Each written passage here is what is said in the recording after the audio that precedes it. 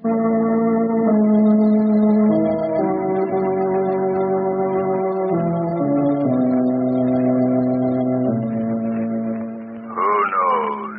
what evil lurks in the hearts of men? The Shadow knows.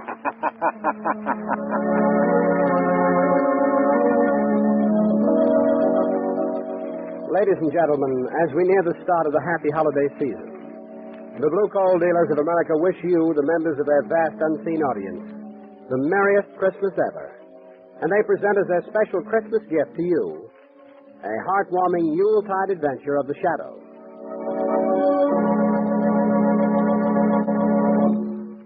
Before the Shadow starts his adventure, I'd like to add my Christmas greetings to those of the Blue Coal Dealers of America. You know, their product, Blue Coal, is the modern equivalent of the old-fashioned Yule log. You can depend upon Blue Coal to bring warmth, good cheer, and comfort to your home 24 hours of the day. And with each order of Blue Coal is included the free extra home heating service of your friendly Blue Coal dealer. Is your bin well filled for the holidays? If not, phone your neighborhood Blue Coal dealer first thing in the morning.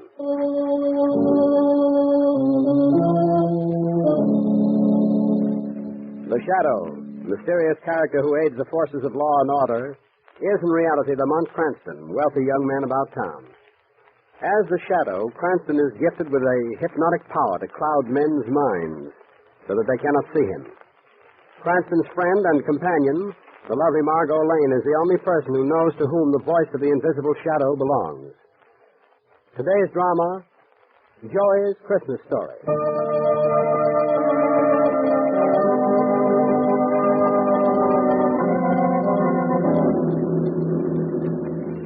Was there any particular destination you was wanting me to drive you to, Mr. Cranston, hey? I'm looking for little Joey, the newsboy. Oh, well, if it's a paper you want, I could stop at any... No, we're looking for Joey, Treevy. We have a special date with him that we keep every Christmas season. Oh, you mean like a rendezvous, huh? That's right, Shrevey.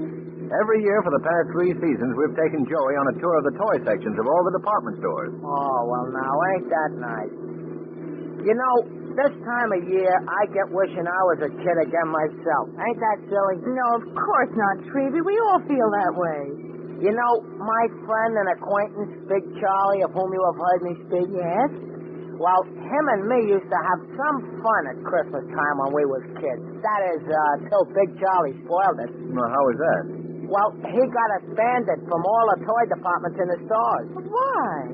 Oh, just on account of one pinchy little thing he used to do. Well, what was it? Giving Santa Claus a hot foot. That was a fine thing to do. Oh, look, Lamont. There's little Joey on the corner. Stop your cab, Treevy, will you? Hey,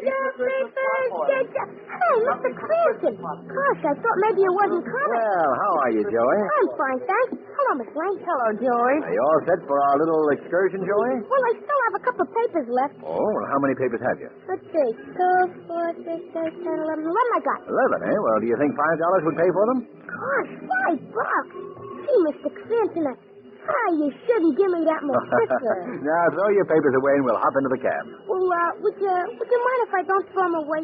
Well, I mean, it's being almost Christmas and everything. Well, I like to give them away to some certain people who couldn't maybe afford to buy one. Why, sure. Go ahead, Joey. Gosh, thanks again, Mr. Cranston. Hey, Willie, here's a paper. Compliments to Joey. Oh, he's a swell kid. Look at him. You'd think he was giving away $1 million. That's just about what it is to him, too. Yeah, that kid is a regular character. I hope he saves a paper for me, hey. Oh, Shrevey, I don't think you're on his charity list. That's what I get for owning a cab. Well, I got rid of more but one, Mr. Cranston. Well, good. Let's get into the cab. Okay. That's it. Well, why'd you save the one paper, Joey? Oh, that's me old friend Hobo Sam. He gets a lot of good out of a paper. Really? How's that? Well, when he finishes reading it, he wears it inside his shirt to keep warm. And the Evening Record's the warmest paper in town. They should advertise that. As I says before, that kid's a character, huh? Hey? Well, you tell us where Hobo Sam can be found, and we'll stop off there before we go to the stores. He's down the street away. Hey, look, there's my pop. Hey, would you please go slow past this corner, Mr. Shrevey? Oh, sure thing. Every little bit helps, thank you. Hiya, Pop! Hello, son. doesn't he look nice, though? I bet you that he's the best-looking street corner Santa Claus in the whole world. Joey, how long has he been doing that job? Oh, ever since the holiday season started. He kind of needed a job, too.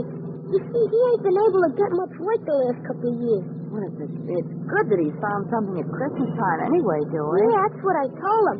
But the money he's been making on this job is going out for back rent and bills and things. It ain't really Christmas money. Oh, so your prospects for Christmas are still none too bright. Well, Mr. Cranston, I ain't worried. Papa'll find some way for us to have a good Christmas. You see, when he's worried like of anything, me and him take a walk down by the dock. We sit on the pier and watch the water going by. You know, Pop says that watching the water like that makes him all easy inside again. See, I like going down there with him. You know what I mean? I know what you mean, Joey. Oh, I figured you'd probably... Hey, look! There's Hobo Sam! Hey, will you stop a minute, Mr. Shrevey? Yeah, to be sure. Hey, Sam, wait a minute. I got something for you. Excuse me, please. I'll be right back. All right. I got a paper for you, Sam. Lots of ads in it, too. It's practically an overcoat. Oh, Lamont, I wish there was something that we could do for Joey's family as well as for him. We will, Margot. We will do something. But it can't be charity. They're much too proud to accept that. There must be some way to help, though. We'll find a way. Leave it to me. Okay, I'm ready, Mr. Clancy. Well, how did Hobo Sam like the paper? I say, was he glad to get the paper? Oh. Hobo Sam. Oh, Hobo Sam, yeah. Well, what's the matter, Joey? You seem worried. Well, I just found out something from Hobo Sam. Oh, what? He just told me that the father of one of the kids I run around with was on his way to a house on Water Street to murder a guy. What? A guy murdered, did he say, hey? Did you get the address? Yeah, 18 Water Street. Well, we better notify the police at once. They ain't time for that, Mr. Cranston, but you could help. How? Well, you got a reputation as a gentleman detective, like, and you could do something about this yourself. Well, Oh, there's a guy being murdered, Mr. Cranston. Very well. Shrevey, 18 Water Street, and hurry.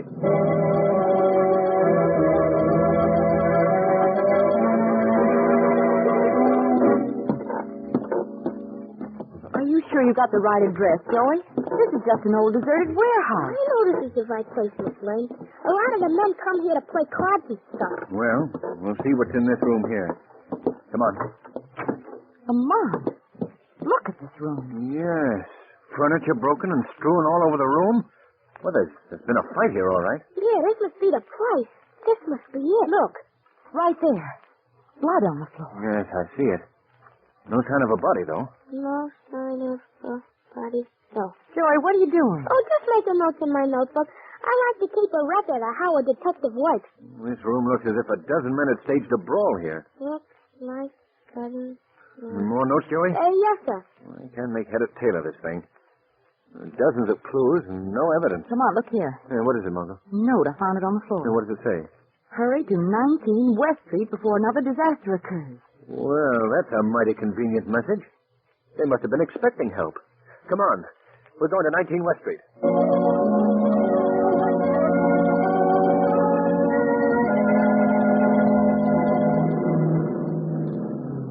Oh, there's the number.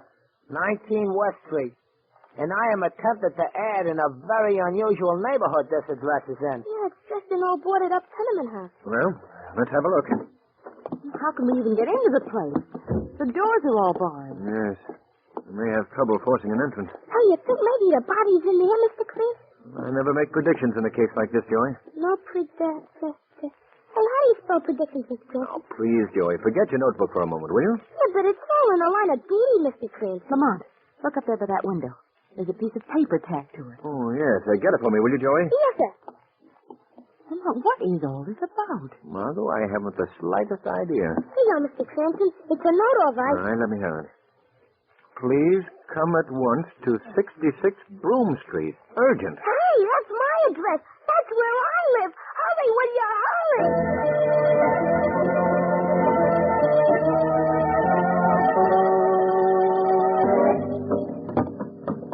Our spot is right on this floor. Up here's a sort of a storage place, like kind of an attic. Oh, I suppose we better look up there. But Joey, what are you doing home so early? Oh, hello, Mom. I'm working on something. Oh, again, Look, Mom, please. This here is Miss Lane, Mr. Cranston. How do you do, Mrs. How do you do? Are you Pop at home yet? Well, you know he has another hour to work in the corner. And what are you up to now, young man? We think there's a dead man up in the attic. A dead man? Glory to heaven. No, don't be alarmed, Mrs. McNulty. It's just a superstition. Well, whatever it is, I don't like it. Oh, don't you really think that there's a dead guy up there, Mr. Cranston? No, I don't think so, Joey. Yeah, but them notes and the blood and everything in the warehouse. What about them? Well, don't that mean somebody's dead? Not necessarily. But it does in all the detective stories. You read detective stories, do you, Joey? Well, sure. I'm surprised at you, Mr. Cranston. I always thought that when a detective saw blood and everything... But I'm not even sure it was blood. It was so blood. How do you know? How do I know? Didn't I cut my own finger? I suspected as much. Yeah, but wait a minute. What I meant to say was... Well, I mean... You mean you staged this whole thing just for our benefit, didn't you? Well, Joey, did you do that? Well, maybe I sort of did at that. What did he do? What are you up to now, young man? Just a little game that Joey played on us, Mrs. McNulty. A game that sort of backfired. Oh, gee. And I thought I had it planned so good. You did, Joey. You just made one mistake. Only what? What? Those notes were all in your own handwriting. The same handwriting you used in your notebook. What do you know? Am I a dope? What was that? Joey, is this part of your game? No, I don't know nothing about that. Well, we'd better have a look up here in this attic. Wait there, Margot. Hey, I'm coming with you. That's the door right ahead. It's Mr. Murphy. Oh, he's been hit on the head. Hey, that's a nasty wound. Who is he, Joey? Well, Mr. Murphy's sort of the rich guy here in the neighborhood. And he's the meanest and stingiest one, too. I see. What happened? What happened to you, sir? It's hit on the head. Well, who did it? I don't know. Blow came from behind. Hit me. Robbed me. Hey, look, here's his pocketbook on the floor. Let me see it, Joey. Here. Well, there's still some money in it. $10. How much money did you have, Mr. Murphy? $75. Oh, that's strange. If it was robbery, why did your assailant leave you the $10? I don't know. Hey, he's pissed out again. Well, I wonder how the person who attacked him made his getaway. There are no windows in this room, and we were at the only door. Gosh, then it must have been... Oh, Huh? What were you going to say? nothing. It must have been who, Joey? I didn't say nothing. Very well. If you'd rather not tell me, we'd better get Mr. Murphy down to your apartment at once.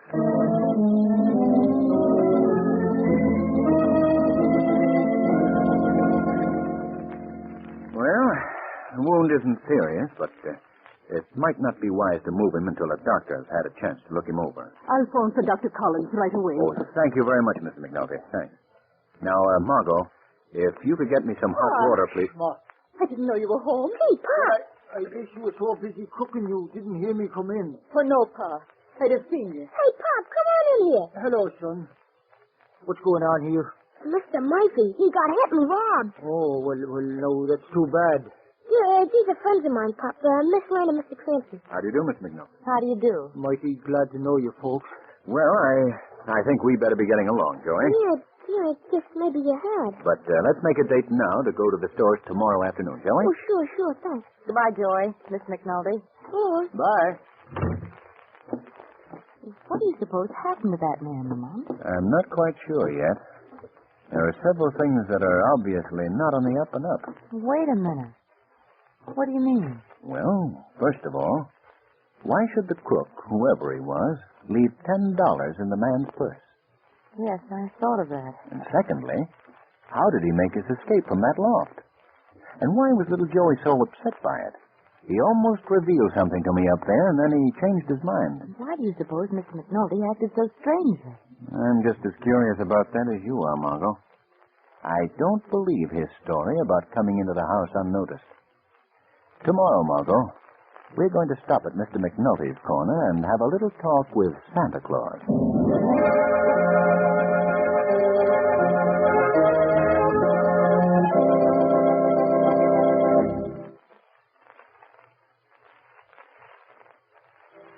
Before Lamont Cranston interviews Santa Claus, put yourself in his place for just a moment. If you had the privilege of a personal interview with Kris Kringle, what would you ask him to bring you? Well, maybe you ladies would ask him for handkerchiefs, and possibly you gentlemen would put in a bid for some neckties. But if Santa Claus should bring you a sack full of blue coal, That would bring real Christmas cheer to ladies and gentlemen alike. For Blue Coal is America's finest hard coal. It burns better, banks better, distributes steady, long-lasting, convenient heat from cellar to attic of your home. And then supposing you got a Blue Coal automatic heat regulator, neatly done up in a special holiday wrapping. Then you'd be doubly lucky, for you'd have the perfect heating combination for economy and comfort. Blue Coal and a Blue Coal automatic heat regulator. But if you don't get the opportunity to interview Santa Claus personally, here's the next best thing to do. Phone your friendly Blue Coal dealer. You'll find him willing and eager to help you with any home heating problem. His name is listed in the Where to Buy It section of your classified telephone directory under the words Blue Coal. And now back to Joey's Christmas story.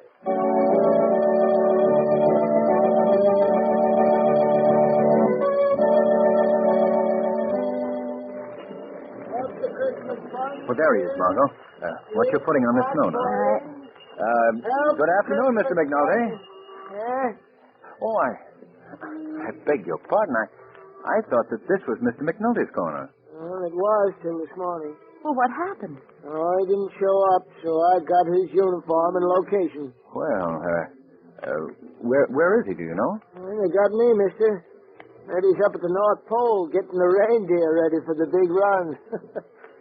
Keep the pot boiling. Stuff him for over the mantelpiece. Well, Lamont, what do you suppose has happened to him? I don't know.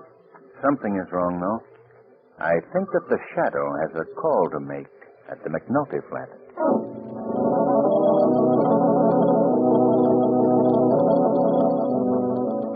Now, let me see.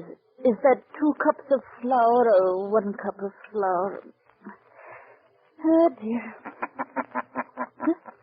Mrs. McNulty.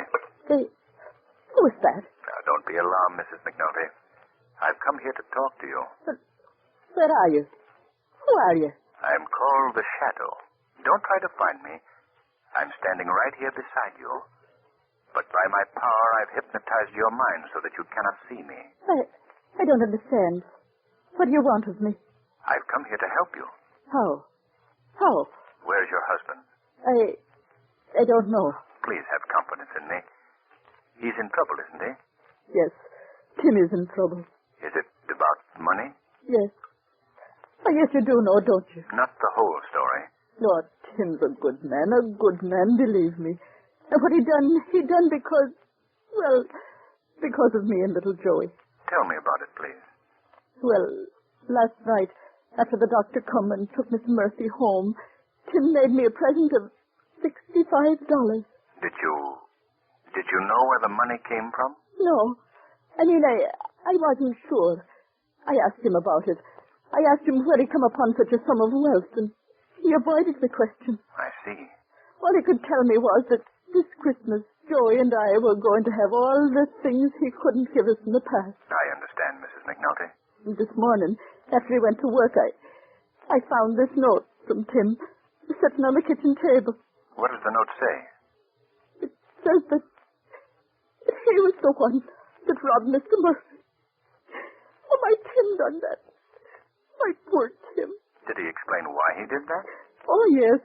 That the money had been owed to him by Mr. Murphy for several years. He tried many times to collect it from him, but Mr. Murphy is, a kind of a stingy person, you see. So he chose that way of getting the money that was rightfully his. Yes, that was it. Oh, but he knew he'd done wrong in doing it that way. Tim knows that now. He knows that he'd acted in desperation, just for me and little Joey. That was the only reason. I believe that. It couldn't have been anything else. Now he's ashamed. He's ashamed most of all because little Joey knows he done it. You see, there's a back stairway from our flat to the attic, and Joey knows that. And he knew that his pop had used those stairs. Where do you think your husband's gone? Oh, if I only knew.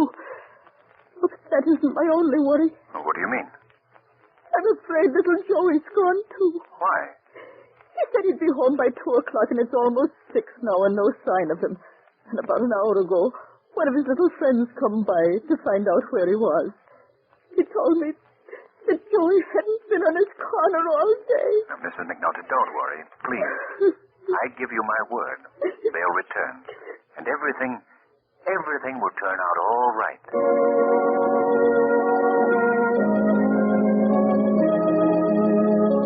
Well, what did you find out, Lamont?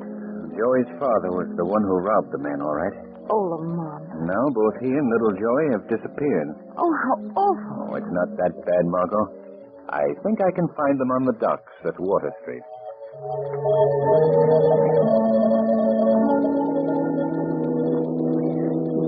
Why'd you have to do that to Mr. Murphy? I don't know, son.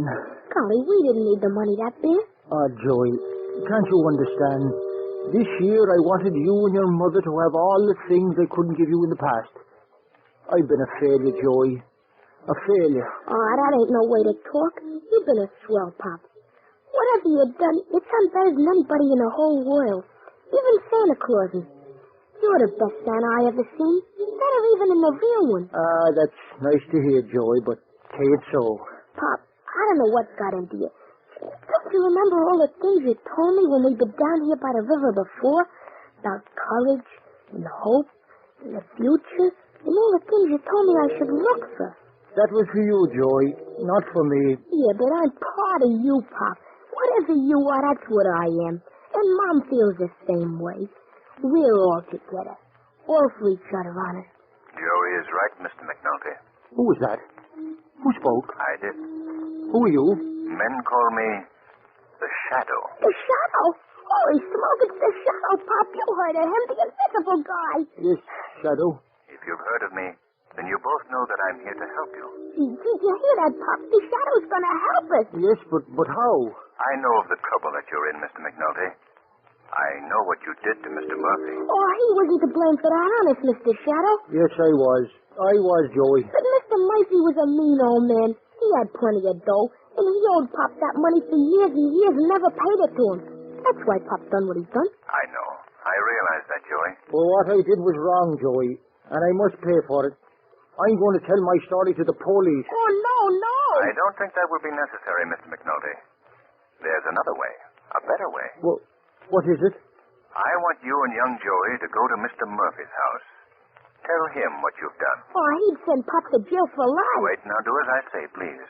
I'll be there with you. I believe if you explain your reasons to him, honestly and sincerely, tell him why you did what you did to him, even as hard a man as Mr. Murphy will listen to reason on this night of nights, Christmas Eve.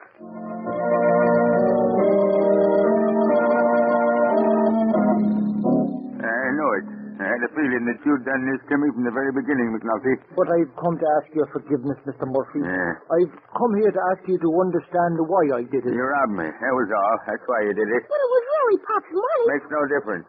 Turning you over to the police. We'll tell him it was Pop's money, too. Yeah, I'll never believe you. I'm the only one who knows about the debt. Remember that. That's where you're wrong, Mr. Murphy. You aren't the only one. Huh? Who was that? Oh, boy, the Shadow. He's here just like he said he'd be. Now, where are you? I can't see anyone. I shall remain quite invisible to your eyes, Mr. Murphy. But you're going to hear me, and you're going to do as I say. I don't understand this. I know all about this episode of the stolen money, and I realize that Mr. McNulty was wrong in what he did. But his reason for doing it is one that I shall always admire. What do you mean? Mr. McNulty has a family. A fine family, a wife and son. He loves them both very dearly. Things have not gone too well for that family for a long, long time. You wouldn't know what that means, Mr. Murphy. You can't realize how a man feels when he wants to give everything to his loved ones, and he has nothing to give. No, that doesn't justify it. Wait, let me finish. He never bothered you for that money you owed him, although many times he needed it. Very much. Then Christmas time approached. He asked you for the money, and you refused. That $65 meant the difference between happiness and despair to his wife and son. And what he did to you, he did for them. I see. Do you know what Christmas really means, Mr. Murphy? It's a time of forgiveness, of man's goodwill to man.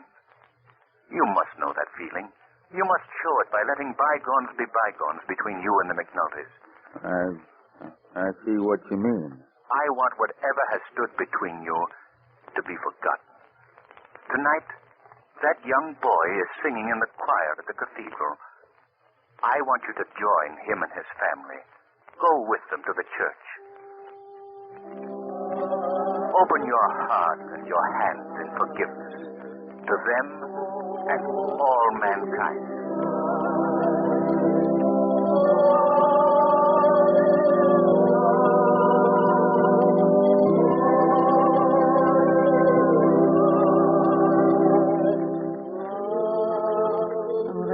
So lovely, Lamont. Church, the choir, everything. Yes, it was beautiful. Oh, look, Lamont. It's snowing again. Soft, gentle snow, covering the city with a blanket of white. See, that's almost like poetry, isn't it, Pop? Yes, Joey. Poetry. Shall we walk home, Mr. Murphy? Yes, I'd like to very much. Come on, Mother. Of course, Tim. Golly, ain't that swell the way Pop and Mom and Mr. Murphy are friends and everything? Well, Joey, that's the spirit of Christmas. Peace on earth, goodwill to men. Hey, Mr. Clancy, that's all right. I gotta make a note of that in my notebook.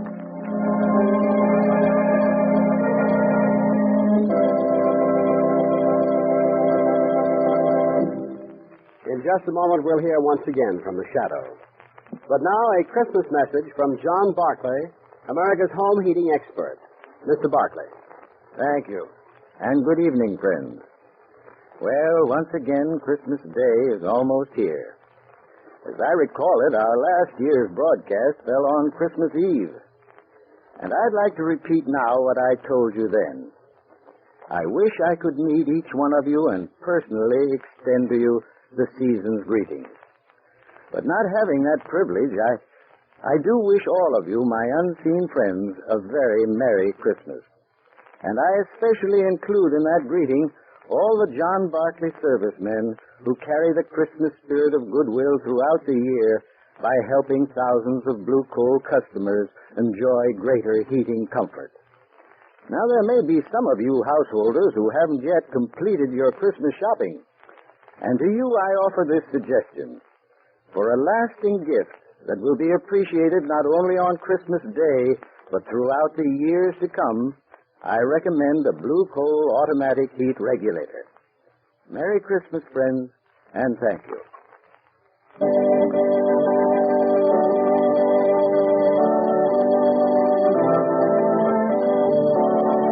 Today's program is based on a story copyrighted by the Shadow magazine.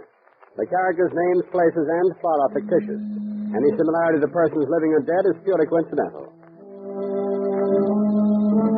The weed of crime bears bitter fruit. Crime does not pay.